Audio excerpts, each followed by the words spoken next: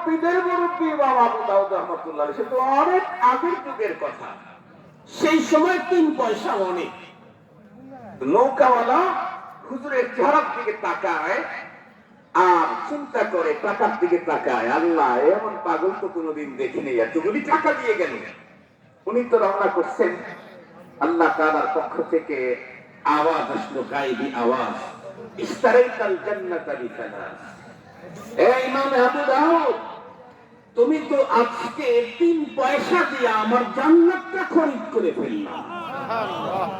তুমি আজকে 3টা পয়সা দিয়ে আমার জান্নাতটা খরিদ করে ফেললা। তার মানে ইমাম আবু দাউদ রাহমাতুল্লাহি আলাইহি সিহাহ সিত্তার অন্যতম আবু দাউদ শরীফের মতো হাদিসের গ্রন্থ লেখার পরেও এই আওয়াজ আসে নাই।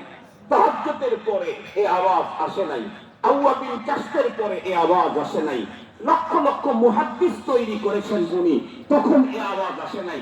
কিন্তু আল্লাহ পাকের কাছে ওনার এই ছোট্ট মুস্তাহাব আমলটা এতই চয়েসফুল হয়েছেন যে মুস্তাহাব আমলের পরে আল্লাহ যুগের শ্রেষ্ঠ মুহাদ্দিসকে আল্লাহ তাআলা আওয়াজ পাঠিয়ে দিলেন, 3 পয়সা দিয়ে তুমি জান্নাত খরিদ করে নিয়ে গেলেন।